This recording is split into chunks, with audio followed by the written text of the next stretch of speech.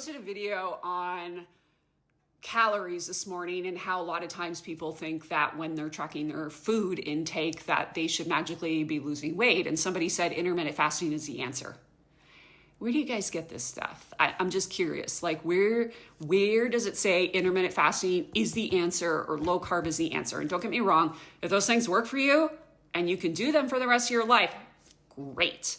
But my number one piece of advice to everybody is if you can't do something, if you can't do fasting or follow low carb until the day you die, you're going to regain anything that you lose. So you really need to think about your approach before you go into weight loss. And here's the thing.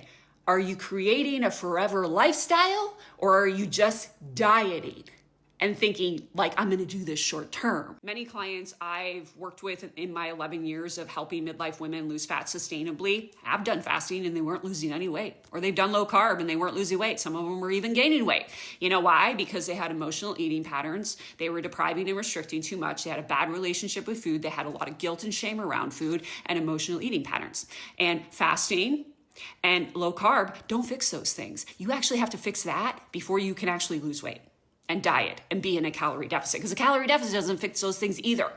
Now, like I said, if fasting and low carb are great lifestyles for you and they work for you and you can do them forever, great. But you have to stop thinking about like doing temporary things and just dieting to lose weight, because that just leads you back to square one of regaining the weight. If you want forever results, you need a forever lifestyle.